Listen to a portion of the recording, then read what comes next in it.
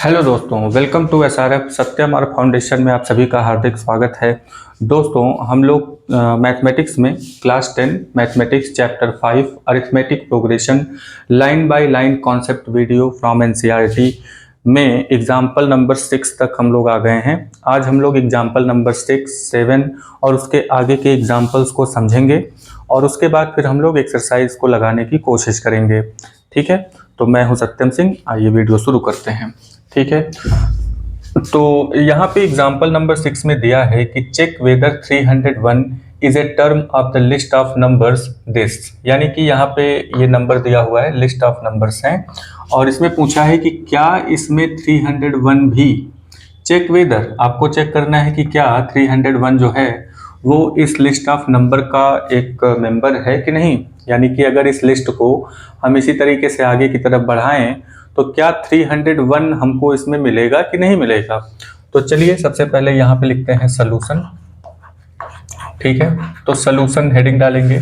Solution heading के बाद सबसे पहले हम ये नंबर लिखेंगे और इस नंबर को हम चेक करेंगे कि ये एपी है कि नहीं। तो यहाँ पे 5, 11, 17 और 23। ठीक है, तो सबसे पहले इसको चेक करते हैं कि ये एपी है कि नहीं। ये A1 हो गया, ये A2 हो गया, A3 हो गया, A4 हो गया। अब यहाँ पे हम D निकाल लेते हैं। तो D इक्वल टू कितना होता है, A2 माइनस A1। तो A2 माइनस A1 में A2 यहाँ पे 11 है। 11 में से 5 को अगर हम निकालेंगे तो 6 आएगा। नेक्स्ट नंबर और D निकाल लेते हैं। तो यहाँ पे D इक्वल टू हो जाएगा D equal to A3 minus A2।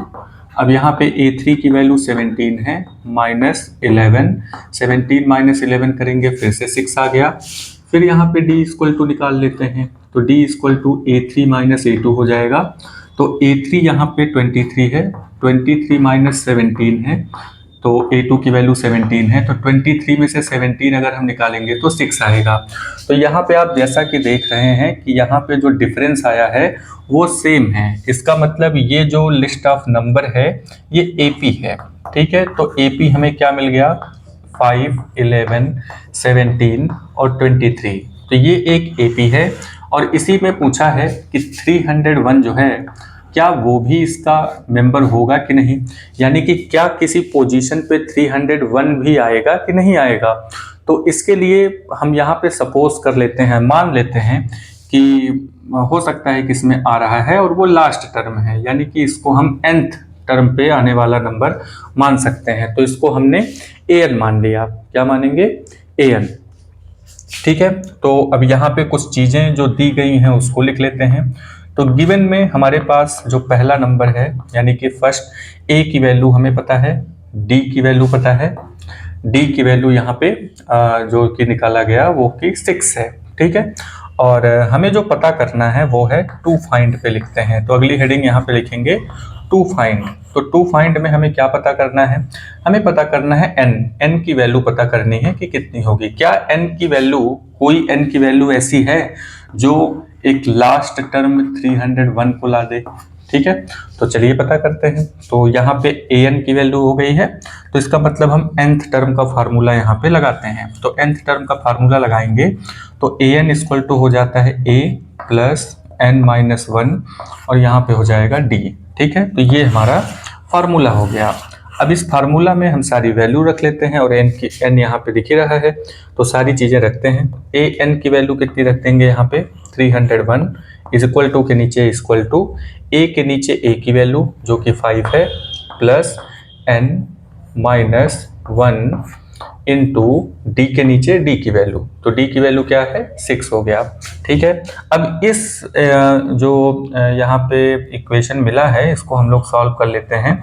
301, 5 इधर आया तो -5 हो गया, equal to n minus 1 into यहाँ पे हो गया 6। ठीक है, अब यहाँ पे 301 में से 5 माइनस करेंगे तो कितना आएगा, 11 में से 5 माइनस हो गया तो 6 हो गया और यहाँ पे 9 हो जाएगा और यहाँ पे 2 हो जाएगा, is equal to n minus 1 into 6। अब यहाँ पे इंटू 6 है, आप इसको इधर लेके आ सकते हैं तो कितना हो जाएगा 296 बाई 6 इज इक्वल टू यहाँ पे 9 माइनस 1 आप लिख सकते हैं। तो 9 माइनस 1 यहाँ पे बचा हुआ है, ठीक है।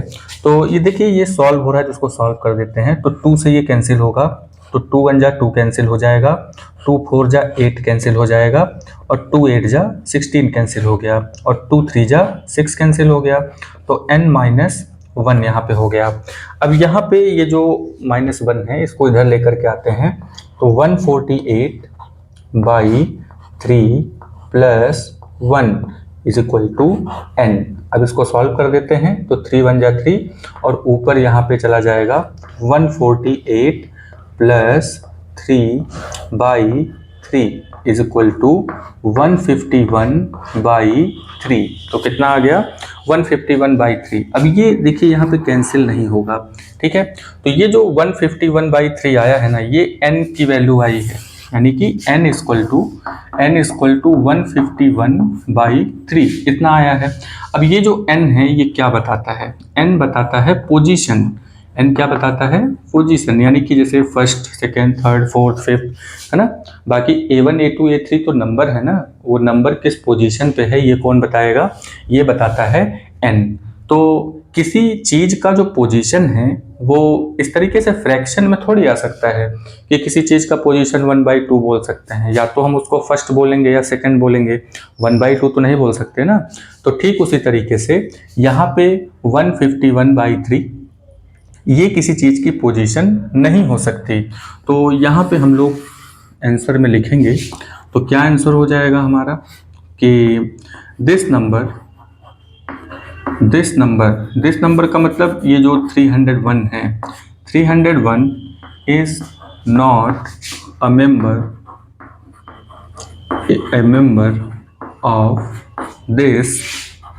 ऑफ दिस गिवन लिस्ट, ठीक है। इस लिस्ट में 301 इसका मेंबर नहीं है।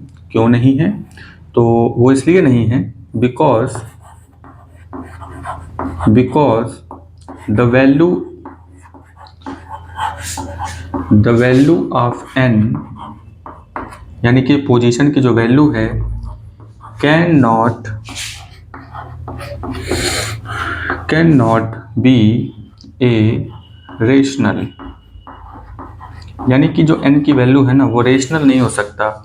अब रेशनल के लिए आप इस बात पे झगड़ा मत करिएगा कि जैसे 3 लिखा है तो ये भी नीचे 1 लिख सकते हैं तो ये रेशनल हो जाएगा, वो तो हो ही जाएगा। यहाँ पे रेशनल की बात हो रही है कि जो q की वैल्यू है वो 1 के अलावा अगर कोई है तो वो वाला रेशनल यहाँ पे नहीं होना चाहिए। तो अगर किसी टर्म के लिए n की वैल्यू फ्रैक्शन में आती है, यानी कि वो बाई के फॉर्म में आ रहा है, तो उसको हम कहेंगे कि नहीं, देखिए n की वैल्यू ठीक नहीं आ रही है, इसका मतलब है कि जो नंबर दिया गया है ना वो AP का हिस्सा नहीं है। यानी वो अगर हम इस लिस्ट को 5, 11, 17 और 23 जो लिस्ट दिया हुआ है, अगर उसको हम आगे बढ़ाते हैं D के हिसाब से आगे बढ़ाएं, तो 301 इस लिस्ट में शामिल नहीं होगा, ठीक है। तो ये क्वेश्चन इस तरीके से लगा। आई होप कि आपको समझ में आया होगा कि कहाँ कहाँ से चीज़ें ली गई हैं। अब एग्जाम्पल नंबर 7 पे आते हैं।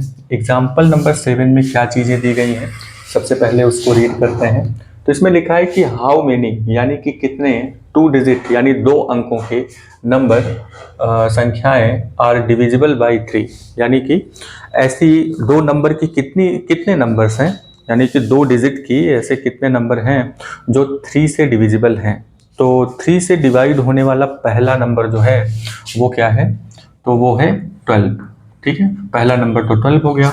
दूसरा नंबर क्या हो जाएगा 3 से डिवाइड होने वाला, अब उसके आगे 3 का टेबल जो भी आता हो उसको आप राइट कर लेंगे।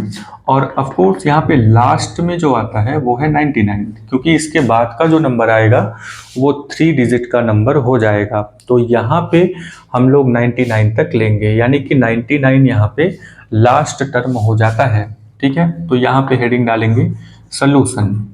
तो सॉल्यूशन में सबसे पहले जो चीज़ दिया है उसको लिख लेंगे। तो ये क्योंकि यहाँ पे चीज़ें इस तरीके से आ रही हैं, क्योंकि 3 का टेबल ही है, तो ये एक AP बनता है, ठीक है। तो अगर ये अरिथमेटिक प्रोग्रेशन बन रहा है तो हमारे पास जो चीज़ें हैं उसको लिख लेते हैं कि क्या क्या चीज़ें हमारे पास हैं यहाँ पे।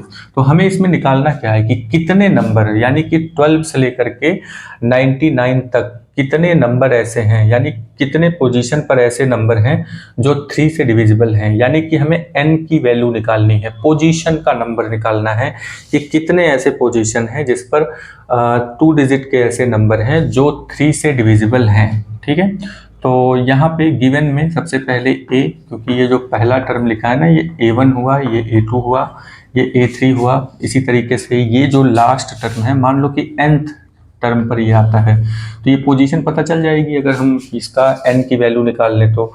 ठीक है, तो यहाँ पे a की वैल्यू कितनी है, 12 दिया है, और d की वैल्यू तो हमें पता ही है क्योंकि 3 का टेबल है, तो माइनस करेंगे, दोनों के बीच में कितने का डिफरेंस होगा, 3 का। और हमारे पास क्या जानकारी है, यहाँ पे जानकारी है कि an इक्वल टू 99 की जानकारी है। तो हमें यहाँ पे निकालना क्या है, तो सबसे पहले तो यहाँ पे हम कंफर्म करेंगे कि हमें यहाँ पे फाइंड आउट क्या करना है। तो हमें निकालना है n की वैल्यू, तो n equal to question mark यहाँ पे लगा देंगे। तो जितना भी n की वैल्यू आएगी, मान लीजिए कि 20 टर्म पर अगर 99 आ रहा है, तो इसका मतलब ये हुआ कि 20 नंबर ऐसे हैं, 20 नंबर ऐसे निकल के आएंगे जो 2 डिजिट के होंगे और 3 से डिविजिबल होंगे। फिलहाल अभी यहाँ पे हम लोग पता कर लेते हैं। तो क्योंकि यहाँ पे an शामिल हो गया है, तो हम nth टर्म का फार्मूला यहाँ पे लगाते हैं। तो an इक्वल टू आता है a plus n minus 1 in bracket और फिर d। तो ये हमारा फार्मूला हो गया, और इस फार्मूला पर हम सारी वैल्यूज को रखते हैं। तो an के ठीक नीचे वो वैल्यू रखेंगे जो यहाँ पे जो वैल्यू दी गई है। तो a के नीचे हम यहाँ पे 12 लिखेंगे, प्लस लिखेंगे, ब्रैकेट लगाएंगे, n यही तो नहीं मालूम है, तो यहाँ पे n माइनस 1 इंटू ये जो d लिखा हुआ है ना, d की जगह पे 3 लिख देंगे। तो कुछ इस तरीके से हो गया। अब 99 है, 99 फिर इधर लेकर के आते हैं, तो 99 माइनस 12 हो गया is equal to n minus 1 यहाँ पे 3 हो गया। तो 99 में से 12 अगर हम निकाल देते हैं, देखिए खुद ही बता रहा है कि 99 में से माइनस आप कर दीजिए, तो 9 में से 2 निकालेंगे, यहाँ पे 7 हो जाएगा, और 9 में से 1 जाएगा तो यहाँ पे 8 हो गया is equal to n minus 1 into 3। फिर यहाँ पे 87 लिखेंगे, और ये 3 जो है जो मल्टीप्लिकेशन में उधर है, इक्वल टू को जैसे ही पार करेगा वो डिवीजन में आ जाएगा, तो n माइनस 1 इतना हुआ। तो अब 3 से ये डिवाइड करेंगे तो कितना हो जाएगा, तो 3 2 जा 6 हुआ, तो 2 बचेगा, इधर आएगा, है ना, तो 27 हो जाएगा, तो 3 9 जा 27 होता है। ठीक है, कितना 3 7 जा 3 9 जा, है ना, 3 9 जा हो जाएगा। अब यहाँ पे n माइनस 1 हुआ जो कि यहाँ पे बचा हुआ था, तो अब ये जो माइनस 1 है इसको भी इधर लेकर के आएंगे, तो 2 9, अब ये माइनस इधर आया तो प्लस 1 हो गया इक्वल टू n। ठीक है, तो n की वैल्यू कितनी आ गई, 29 प्लस 1 इक्वल टू 30, यानी n की वैल्यू कितनी आती है, 30। ठीक है, तो अब यहाँ पे आंसर में हम लोग क्या लिखेंगे, आंसर में लिखेंगे कि आंसर, तो यहाँ पे कुछ इस तरीके से लिखा जाएगा कि देयर आर 30 नंबर्स, यानी कि 30 नंबर ऐसे हैं, there are 30 numbers which are of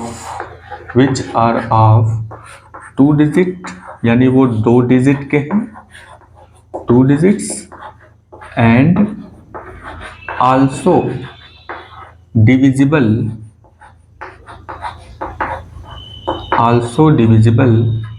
by 3, यानी कि कुल मिलाकर के हमारा आंसर आया है 30। ठीक है, तो ऐसे कुल कितने नंबर हैं जो 2 डिजिट के हैं और 3 से डिविजिबल भी हैं, तो ऐसे कुल मिलाकर के 30 नंबर हैं हमारे पास जो 3 से डिविजिबल हैं और 2 डिजिट के हैं। ठीक है, तो अगर आप काउंट करने पे जाएंगे तो बहुत टाइम लगेगा। आप यहाँ पे an का फार्मूला अगर लगा देते हैं तो ईजिली आप ये फाइंड आउट कर लेंगे कि ऐसे टोटल कितने नंबर हैं। ठीक है, तो एग्ज़ाम में इस तरह के क्वेश्चन पूछे जाते हैं, तो आपको ज़्यादा पैनिक नहीं होना है। जो चीज़ें दी गई हैं उसको स्टेप बाय स्टेप चीज़ों को लिखेंगे। 3 हेडिंग यहाँ पे बताई गई है। एक तो हेडिंग आप सॉल्यूशन का डालेंगे, उसके बाद गिवन और टू फाइंड। ये गिवन में जितनी चीज़ें दी गई हैं उसको हम लिख लेंगे, और टू फाइंड में जो निकालना है वो यहाँ पे राइट कर लेंगे। तो सबसे पहले क्वेश्चन को बहुत अच्छे से रीड करना है, और इसमें हमें ये डिसाइड करना है कि यहाँ पे क्या क्या चीज़ें दी गई हैं और क्या चीज़ हमें निकालना है। इतना अगर आप तय कर लेते हैं तो आप बड़ी ही ईजिली आप किसी भी अरिथमेटिक प्रोग्रेशन को आसानी से फार्मूला की हेल्प से निकाल सकते हैं। ठीक है, तो चलिए अब इसके आगे के एग्जाम्पल पर हम लोग चलते हैं और उसे समझने की कोशिश करते हैं कि वो एग्जाम्पल किस तरीके से लगे हुए हैं। ठीक है,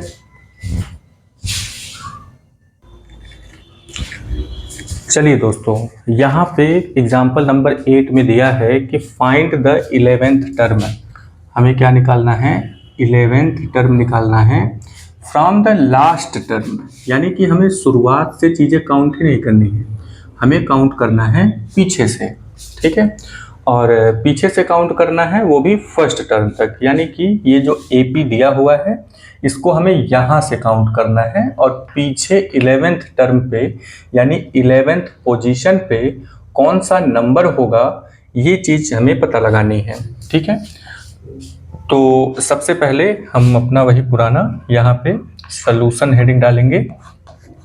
ठीक है, तो सॉल्यूशन में जो दूसरी हेडिंग होगी वो होगी गिवन की, तो यहाँ पे गिवन लिख लेते हैं। तो गिवन में सबसे पहले हमें AP दिया हुआ है, ये AP है 10, 7, 4। ठीक है, और यहाँ पे -62, कुछ इस तरीके से ये AP दे दिया है। ठीक है, अब इस AP से कुछ इन्फॉर्मेशन और निकल के आती है जो कि गिवन में आप लिखेंगे। A की वैल्यू कितनी आती है? ये A1 है, ये A2 हो गया, ये A3 हो गया, और ये जो है ना ये आप लास्ट टर्म इसको मान सकते हैं। ठीक है, तो अब यहाँ पे A की वैल्यू कितनी है? 10 है, तो D की वैल्यू कितनी हो जाएगी? D इक्वल टू होता कितना है? A2 माइनस A1, तो A2 माइनस A1 से कंफर्म हो जाएगा कि D यहाँ पे कितना है, तो यहाँ पे हो जाएगा 7, A2 यहाँ पे 7 है और A1 यहाँ पे 10 है, तो कितना हो जाएगा? 7 में से 10 माइनस करेंगे तो 10 में से 7 माइनस कर दीजिए, यहाँ पे 3 हो जाएगा और जो बड़ा है उसी का साइन लग जाएगा, यानी कि -3। तो D की वैल्यू कितनी आती है? -3 आ गई। तो देखिए हमें टर्म निकालना है, वो भी 11th टर्म पे कौन होगा, यानी कि अब यहाँ पे हम निकालते हैं टू फाइंड। तो टू फाइंड में अब यहाँ पे A11 कुछ इस तरीके से, लेकिन वो भी फ्रॉम द लास्ट। ठीक है, तो लास्ट से हमें A11 निकालना है, तो ये ध्यान रखिएगा, स्टार्टिंग से हमें A11 नहीं निकालना है, लास्ट से हमें A11 निकालना है, यानी कि 11th पोजीशन पे कौन सा नंबर होगा। तो इसके पहले हम यहाँ पे A11 निकालें, हमें एक चीज़ और निकाल लेनी होगी, N की वैल्यू। क्या निकालना है हमें? N की वैल्यू हमें निकाल लेनी है। ठीक है, और क्या गिवन में जानकारी है? गिवन में एक जानकारी और है हमारे पास, जो है AN। तो AN इक्वल टू -62। मान लेते हैं कि ये जो -62 है ये nth पोजीशन पर है, और अगर हम nth पोजीशन निकाल लेते हैं तो हमें ये पता चल जाता है कि टोटल नंबर ऑफ पोजीशन कितने हैं, यानी कि कितने नंबर यहाँ पे लिखे हुए हैं।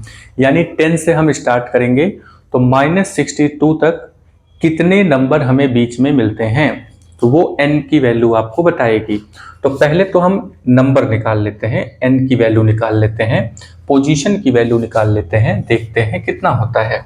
तो यहाँ पे हम nth टर्म का फार्मूला लिखेंगे, an इक्वल टू हो जाएगा a प्लस n-1 और यहाँ पे हो जाएगा d। ठीक है, तो an की वैल्यू कितनी है? -62। an की वैल्यू कितनी हो गई?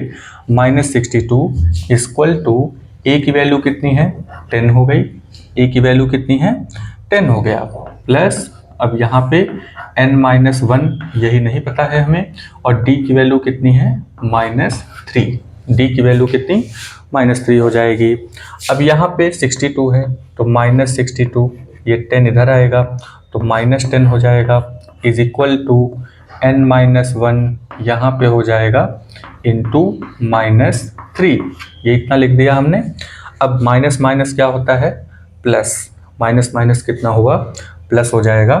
तो माइनस माइनस प्लस हुआ तो इन दोनों को ऐड कर देंगे और जो बड़ा होगा उसका साइन लग जाएगा। तो बड़ा यहाँ पे 62 है, तो 62 और 10 को ऐड करेंगे तो यहाँ पे हो जाएगा 72।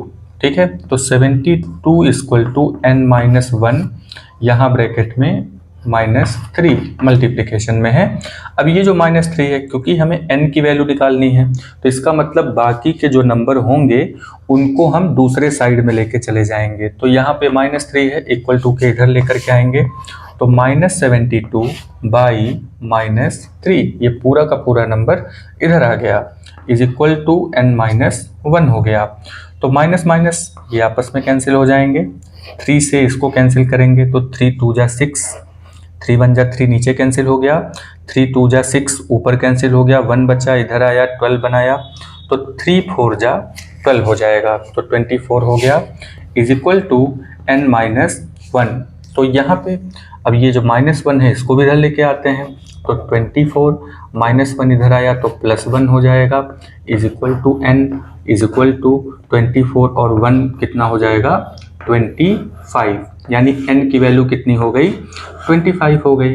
ठीक है, n की वैल्यू 25 हो गई, यानी कि यहाँ से यहाँ तक ये पोजीशन जो है पूरा -62 तक, ये कितने नंबर बीच में लिखे हुए हैं, पूरा 10 से लेके -62 तक वो 25 नंबर हैं, यानी कि 25 पोजीशन पे नंबर्स लिखे हुए हैं। ठीक है, अब 11th पोजीशन पे कौन सा नंबर है ये हमें फाइंड आउट करना है।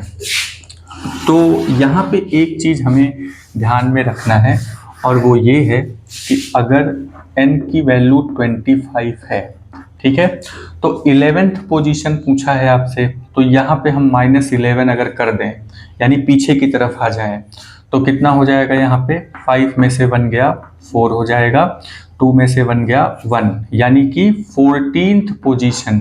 ठीक है, 14th पोजीशन आती है। लेकिन एक चीज़ हमें ध्यान में रखना है कि अगर हम पीछे से काउंट कर रहे हैं, पीछे से काउंट कर रहे हैं, तो जो भी यहाँ पे नंबर आएगा उससे एक बढ़ा करके, ठीक है, तो 14th पोजीशन आई है तो +1 यहाँ पे हम कर देंगे, तो +1 करेंगे तो कितना आ जाएगा 15th पोजीशन।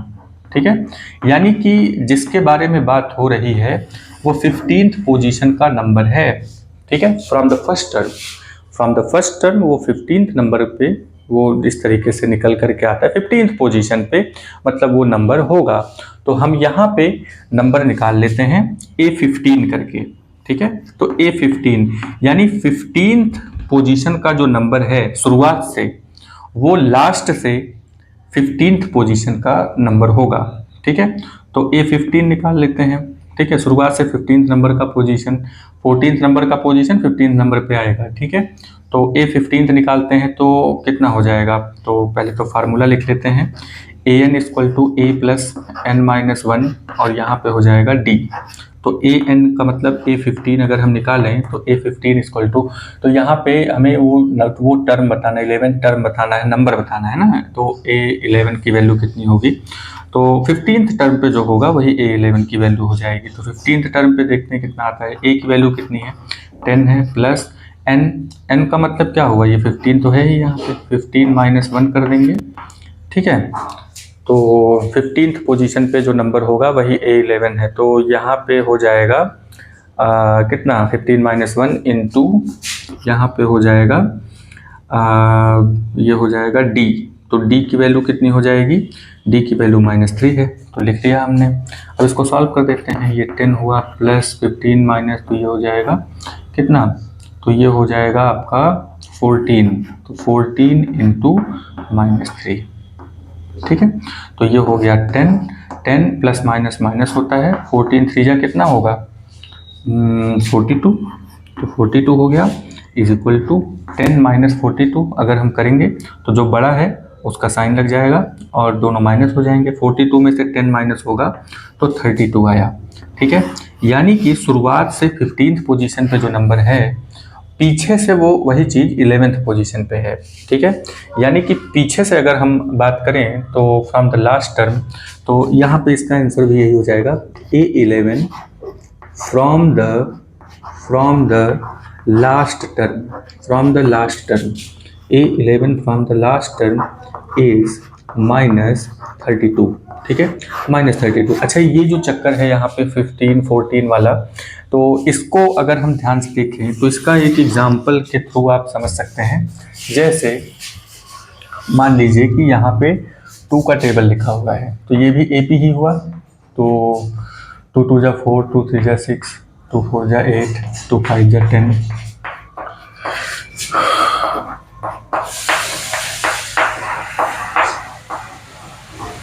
चलिए मान लीजिए किस तरीके से ये टेबल यहाँ पे लिखा हुआ है। अब इस टेबल में अगर हम आपसे पूछें, अगर यहाँ पे पूछा जाए कि फोर्थ पोजीशन, यानी फोर्थ पोजीशन पे कौन सा नंबर होगा पीछे से फोर्थ पोजीशन पे कौन सा नंबर आएगा, ठीक है। तो अगर हम टोटल नंबर यहाँ पे निकाल लेते हैं तो टोटल नंबर कितना है, 10 है, ठीक है। तो टोटल n की वैल्यू यहाँ पे कितनी है, टोटल n की वैल्यू यहाँ पे 10 है। तो 10 में से 4 अगर हम निकालेंगे तो वो पोजीशन 6 हो जाएगी, ठीक है। तो अब इसको देखते हैं ध्यान से कि 10 में से अगर 4 निकाल करके 6 पोजीशन पे पीछे से लेकर के आते हैं तो कितना होता है, तो 1 2 3 4 5 6 पोजीशन पर ये नंबर निकल करके आता है, ठीक है। तो पीछे से अगर हम फोर्थ पोजीशन की अगर हम बात करें, ठीक है, तो पीछे से फोर्थ पोजीशन पर कौन आएगा, टुवार्ड्स द ए, है ना।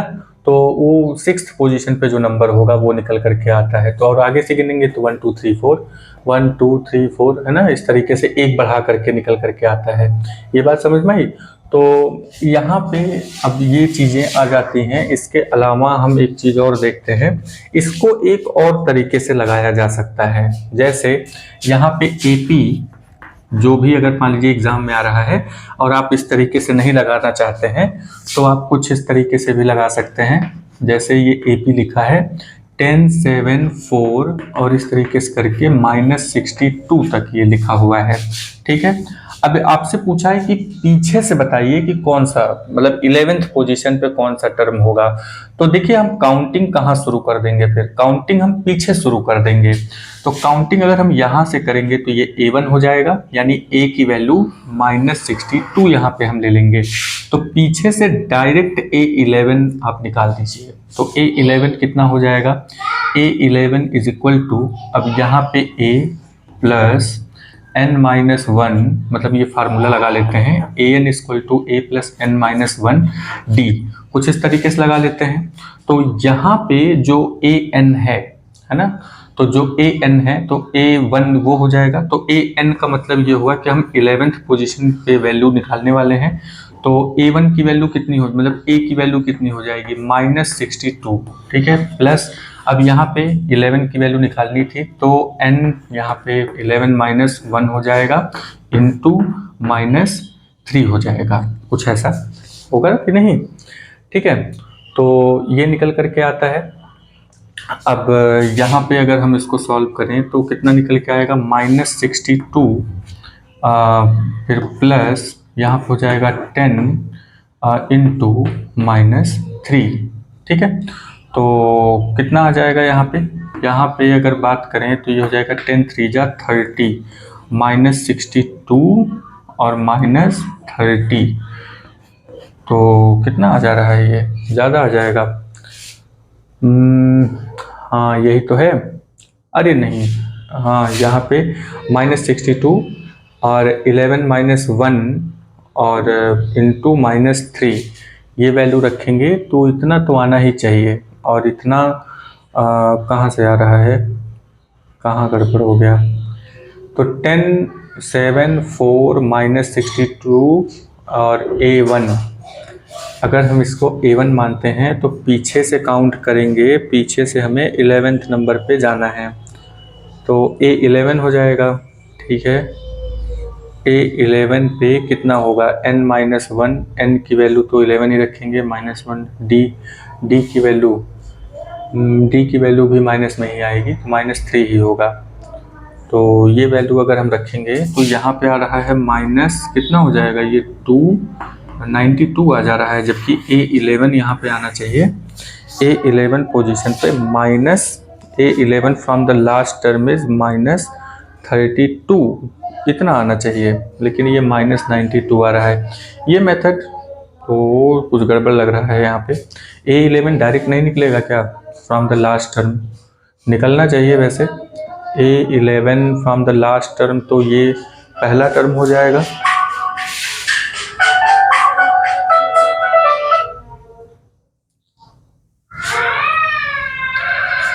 ठीक है, तो ये यहाँ पे पहला टर्म हो जाएगा और यहाँ पे कुछ गड़बड़ हुआ है। तो देखिए A11 अगर ये हम A1 मानते हैं तो इसके पहले का जो नंबर है, इसके पहले का नंबर हम ले लेते हैं कितना, -62 प्लस डी की वैल्यू कितनी है यहाँ पे, डी की वैल्यू है 3, डी की वैल्यू दोनों के बीच में -3 हो जाएगी। ठीक है, तो डी की वैल्यू -3 अगर यहाँ पे, तो माइनस माइनस प्लस हो जाएगा, तो ये प्लस यहाँ पे हो जाएगा नहीं, तो यहाँ पे डी की वैल्यू जो है ना, ये माइनस नहीं आएगी, डी की वैल्यू यहाँ पे प्लस में आएगी। ठीक है, यही गड़बड़ हो रहा है कब से। तो यहाँ पे ये जो है ना, ये प्लस में आएगा कुछ इस तरीके से। ठीक है, क्योंकि पीछे से जब हम लेंगे, आगे से यहाँ पे इस तरीके से है तो 7 माइनस इस तरीके से हो जाएगा ना। अब अगर हम पीछे से काउंटिंग शुरू कर देते हैं तो यहाँ पे A1 की वैल्यू -62 हो जाएगी। उसके बाद जब हम D की वैल्यू निकालेंगे तो वो माइनस की जगह पॉजिटिव में आने लगेगा। हाँ, ये गड़बड़ हो रहा था। तो यहाँ पे जो वैल्यू आएगी ना, सही है, -32 ही आएगा। ठीक है, -32 ही यहाँ पे ये नंबर आएगा, सही है बाकी। ठीक है, तो एक ये मेथड से भी आप निकाल सकते हैं, क्योंकि चीज़ें उल्टा हो जा रही हैं तो डी की वैल्यू जो पॉजिटिव है वो निगेटिव हो जाएगी और जो निगेटिव है वो पॉजिटिव हो जाएगा। तो इजी है। हाँ, तो इसको भी इस तरीके से निकाल लेंगे। ठीक है, तो ये इतना हुआ। आप दो तरीके से लगा सकते हैं, नहीं तो फिर नॉर्मल आप इस तरीके से भी लगा सकते हैं पीछे से। और ये 14 वाला आप ध्यान रखिएगा, सीधे सीधे आप पहले n की वैल्यू निकालिए। n की वैल्यू निकालने के बाद जो भी नंबर आपसे पूछा है उतना माइनस कर दीजिए। तो यहाँ पे जैसे 11th पूछा था तो 11 माइनस कर दिए तो यहाँ 14 आ गया, तो इसका एक आगे बढ़ा देते हैं, यानी 15th पोजीशन पे जो नंबर होगा वही आपका आंसर हुआ। तो यहाँ पे भी इसी तरीके से आएगा, बस ये चीज़ें उल्टा हो जाती हैं। यहाँ पे देखिए गड़बड़ क्या हो रहा था ना, कि यहाँ पे डी की वैल्यू हमने यहाँ पे -3 रख दिया था, क्योंकि जब हम पीछे से काउंट करना शुरू करेंगे तो चीज़ें उलट जाती हैं। तो यहाँ पे डी की वैल्यू भी जो माइनस में था वो पॉजिटिव हो जाएगा, तो हो जाता है मिस्टेक कभी कभी। तो इसको ध्यान में रखेंगे ये सारी चीज़ें। तो दोनों तरह से आप इन चीज़ों को निकाल सकते हैं। ठीक है, तो चलिए अब हम लोग नेक्स्ट एग्जाम्पल पर चलते हैं। एग्जाम्पल 8 हो गया, एग्जाम्पल 9 पे चलते हैं। ठीक है,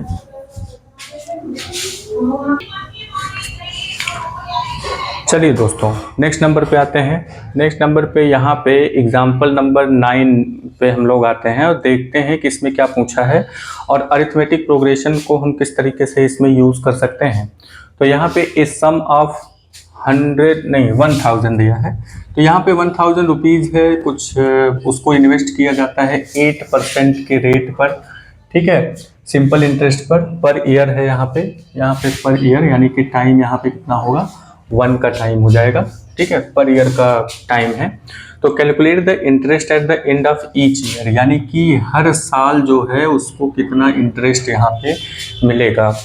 तो do these interest form AP, क्या ये जो इंटरेस्ट आते हैं ये एपी बनाता है कि नहीं बनाता, और अगर एपी बनाता है, इफ सो अगर एपी बना रहा है तो 30 ईयर पर उसे कितना इंटरेस्ट मिलेगा। ठीक है, तो आफ्टर 30 ईयर 1000 पे कितना इंटरेस्ट मिलेगा, अगर 8% के हिसाब से पर एनम जा रहे हैं, पर ईयर हो रहा है। ठीक है, तो इसके लिए हम क्या काम करेंगे, सबसे पहले यहाँ पे हम लोग लिखेंगे, हेडिंग डालेंगे सॉल्यूशन। ठीक है, तो सॉल्यूशन एक हेडिंग रहेगी जो कि एक अल्टीमेट हेडिंग है, और इसके बाद यहाँ पे हम लोग लिखेंगे गिवन। तो गिवन में क्या क्या चीज़ें यहाँ पे दी गई हैं, प्रिंसिपल अमाउंट दिया हुआ है जो कि 1000 है।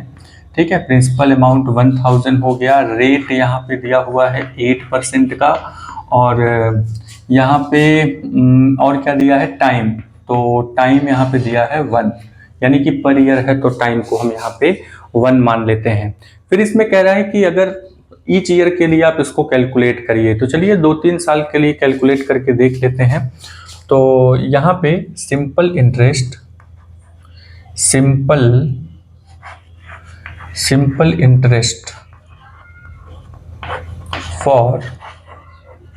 For the first year. ठीक है, तो simple interest for the first year अगर हम करते हैं तो इसका फार्मूला क्या होता है सिंपल इंटरेस्ट का, PRT/100, यही फार्मूला है। ठीक है, तो फर्स्ट ईयर के लिए निकाल रहे हैं तो T यहाँ पे 1 रखेंगे, तो प्रिंसिपल अमाउंट कितना है 1000 इंटू R कितना है 8 टाइम है 1/100 यहाँ पे कर देंगे। ठीक है, ये 0000 से कैंसिल हो गया, 8 10 जा कितना आ गया 80, तो कितना निकल के आता है यहाँ पे 80। ठीक है, तो पहले ईयर का जो यहाँ पे मिला हुआ है, पहले साल का जो इंटरेस्ट है वो है 80 रुपीज़। तो नेक्स्ट नंबर पे आते हैं, यानी कि simple interest for the second year. ठीक है, अब ध्यान देखिए इसमें सेकंड ईयर है यहाँ पे, यानी कि 2 साल का समय हो गया ना, तो 2 साल के समय के लिए फिर से वही फार्मूला लगाएंगे PRT/100। तो PRT/100 में प्रिंसिपल अमाउंट वही रहेगा 1000 इंटू R वही रहेगा, T लेकिन यहाँ पे 2 हो जाएगा है ना, बाई 100 हो जाएगा, ये दोनों इस तरीके से कैंसिल हो गए। 8 10 जा 80 होता है और 82 जा कितना हो जाएगा 160। ठीक है, 1 साल का और निकाल लेते हैं, कम से कम 3 साल का होना चाहिए। ठीक है, तो सिंपल इंटरेस्ट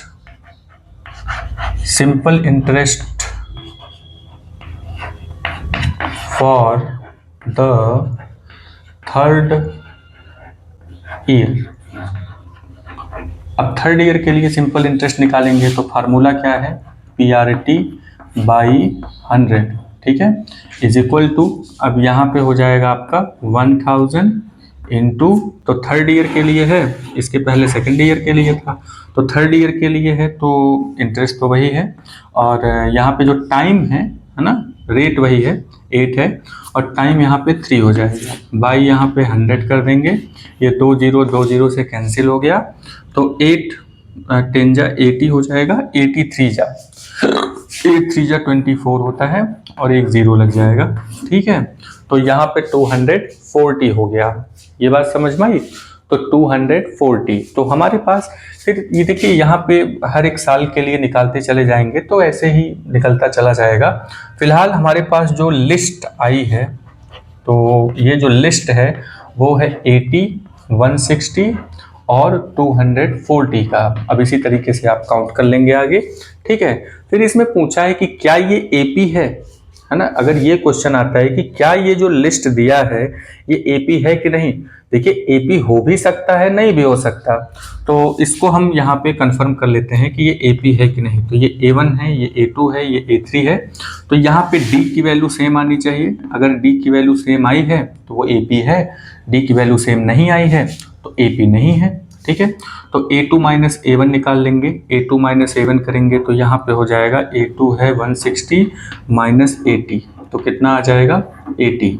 ठीक है, D की वैल्यू A3 माइनस A2 कर लेते हैं, तो यहाँ पे कितना हो जाएगा 240 माइनस 160, इसमें भी करेंगे तो भी 80 आएगा, यानी कि D यहाँ पे सेम आ रहा है, तो हम कहेंगे कि ये AP है। तो यहाँ पे लिख लेंगे कि D इज सेम, यानी कि कॉमन डिफरेंस इज सेम, तो common difference is same, that's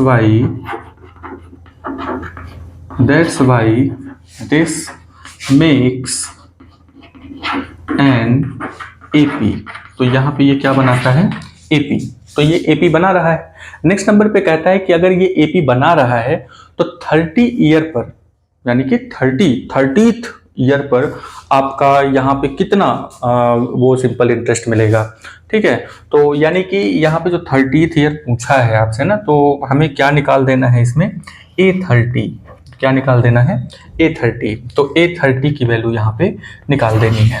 ठीक है, तो हमारे पास यहाँ पे जानकारी क्या क्या निकल के आती है, तो फिर से जानकारी लिख लेते हैं, ये निकालना है हमें। तो A की वैल्यू यहाँ पे 80 दिया हुआ है, D की वैल्यू हमें पता है, D की वैल्यू कितनी हो जाएगी, D की वैल्यू यहाँ पे हो जाएगी कितनी, तो 80 है, D की वैल्यू भी 80 ही है ना, दोनों के बीच में जो डिफरेंस है वो 80 का डिफरेंस आ रहा है। और इसके अलावा यहाँ पे हमें n टर्म भी दिया है, यानी कि 30 टर्म में कितना आ जाएगा ठीक है। तो 30वें पोजीशन पे कितना आना चाहिए यही आपसे पूछा हुआ है, ठीक है। तो ए एन का फार्मूला लगाते हैं, A N equal to A plus N minus one, यहाँ पे डी रख देते हैं। तो ए एन की वैल्यू यही निकालनी है हमें, तो ए एन इक्वल टू, वो भी ए एन का मतलब A30 आपको निकालना है, ठीक है। तो A30 तो कितना हो जाएगा, यहाँ पे ए की वैल्यू कितनी है, ए की वैल्यू है यहाँ पे 80, ए की वैल्यू कितनी है 80 प्लस एन 30 है, तो यहाँ पे 30 लिखेंगे, -1 लिख देंगे, इंटू डी की वैल्यू भी 80 है, ठीक है। अब यहाँ पे देखते हैं, ये हो गया 80 प्लस 30 में से 1 निकालेंगे तो कितना हो जाएगा 29 इंटू 80, ठीक है, इज इक्वल टू 80 प्लस, अब 29 इंटू 80 है तो इसको कैलकुलेट कर लेते हैं, एक जीरो पहले ही लिख लेंगे, 8 का टेबल काउंट करेंगे 9 टाइम, तो 8 9 जा कितना होता है, 8 9 जा 72, 2 लिख देंगे, 7 बच जाएगा, 8 2 जा 16 होता है, ठीक है। तो 7 यहाँ पे ऐड कर देंगे, 8 2 जा 16, 16 में 7 ऐड करेंगे तो कितना हो जाएगा, 8 2 जा 16, 16 में 7, तो 4 इधर ऐड हो गया तो 23 हो जाएगा, ठीक है। तो 2320, ठीक है, तो इतना हो गया। अब यहाँ पे इन दोनों को हम ऐड कर लेते हैं तो कितना होगा, 0 0 0 हो गया, 8 और 2 10 का 0 हो गया, 1 बचेगा, और 3 और 1 4 हो जाएगा, और 2 बचेगा, यानी कि 2400, ठीक है। तो यहाँ पे हम आंसर क्या राइट करेंगे, आंसर राइट करेंगे कि after 30 year the simple interest will be 2400 rupees, ठीक है। तो 2400 रुपीज इसका आंसर आएगा, ठीक है। तो यहाँ पे पीआरटी आपको निकालना था, तो पीआरटी हमने निकाल लिया फर्स्ट टर्म, मतलब first year, second year, third year के लिए, जो कि 80 160 और 240 आ रहा था। तो इसमें कह रहा था कि एक जो लिस्ट बना है बताओ ये एपी है कि नहीं, तो डी की वैल्यू निकाल लिए तो सेम आ रहा था, तो इसका मतलब ये एपी बना रहा है। फिर कह रहा है कि एपी अगर बना रहा है तो 30 ईयर के लिए बताओ कि कितना आएगा, तो एपी अगर बना रहा था तो A30 ईयर का मतलब हुआ कि शुरू से लेकर के A30 पता करिए, यानी कि 30 यहाँ पे A30 निकालना था, तो n की वैल्यू 30 हो गई, और बाकी उस पोजीशन पे जो नंबर होगा वो A30 होगा, और वो नंबर आता है 2400, यानी कि 30 साल के बाद आपको 2400 rupees, after 30 year you will get 2400 rupees at the rate of 8% for the principal amount 1000 rupees, ठीक है।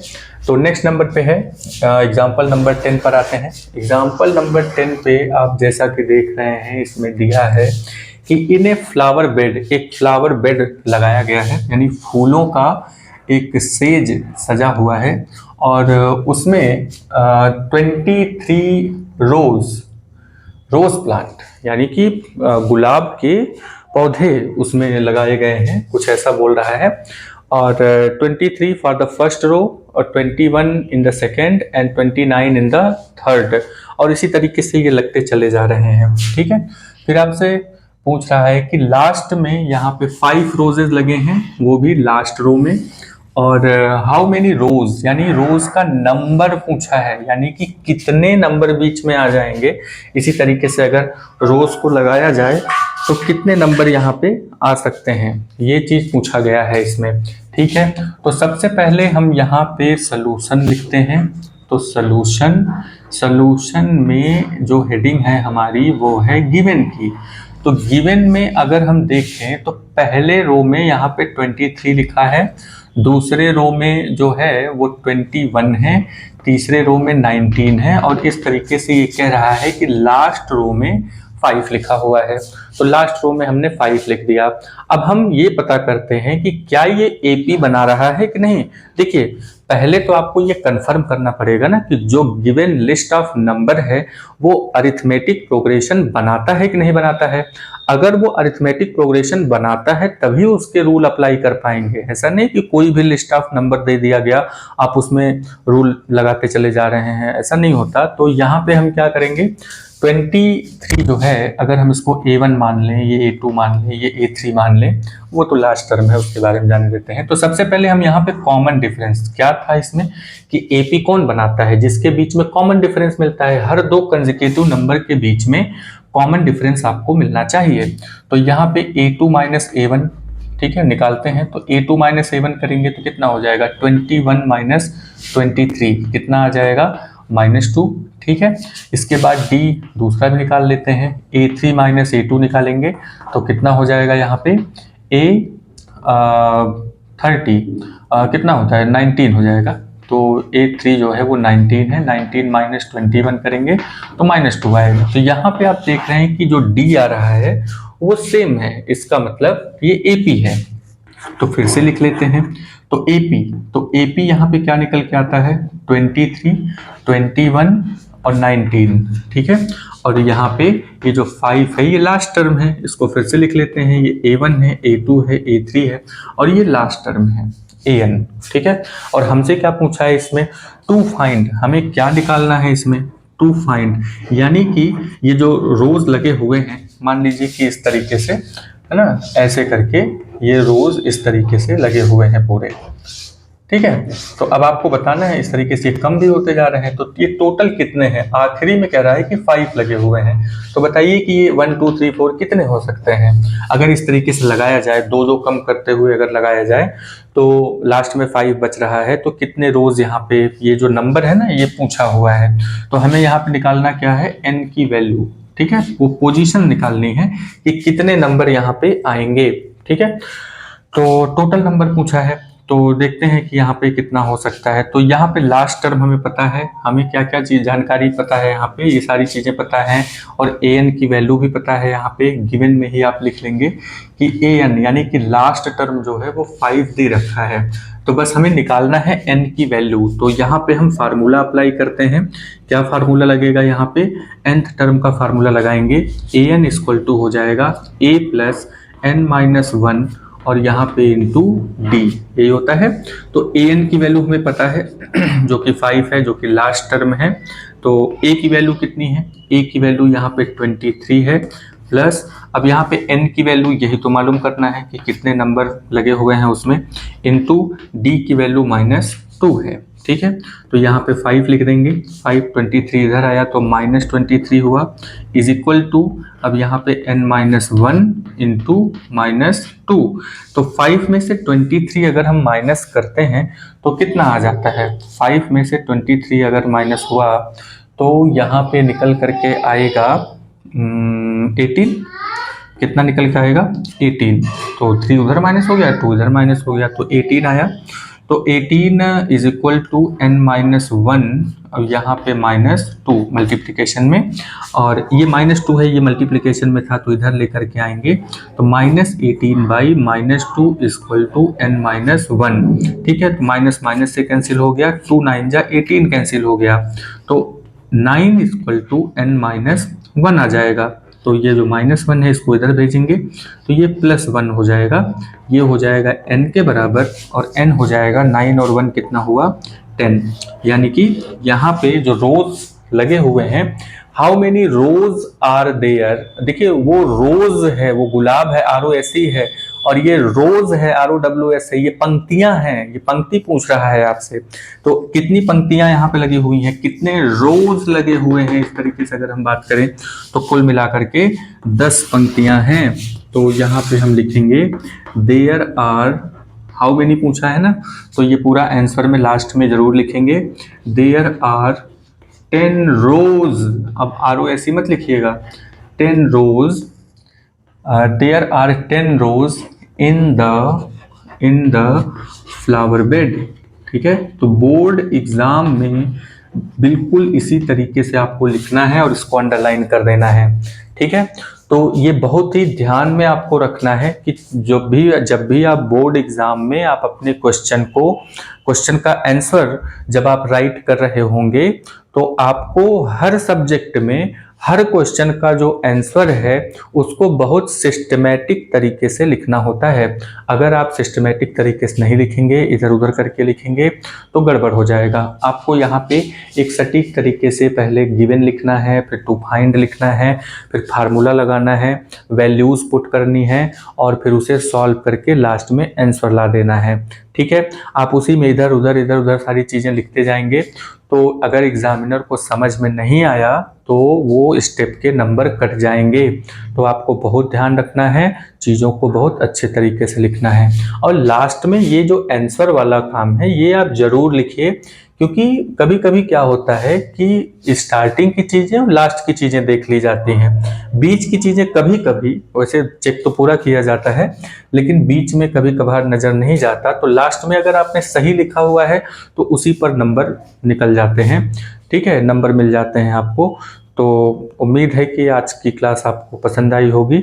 और नेक्स्ट जो है हम लोग एक्सरसाइज 5.2 के सारे क्वेश्चन लगाने की कोशिश करेंगे। तो आप वीडियो पे बने रहिए, आपको रेगुलर वीडियोस मिलते रहेंगे और जितने भी क्वेश्चन हैं, एग्जाम्पल हैं, हर चीज़ हम लोग समझने की कोशिश करेंगे। एक बार अगर आप चीज़ों को समझ जाते हैं तो फिर आप उसको जल्दी जल्दी लगा लेंगे। तो अभी जो है आप शॉर्टकट के चक्कर में बिल्कुल मत पड़िए, आप बिल्कुल डिटेल में चीज़ों को समझने की कोशिश करिए।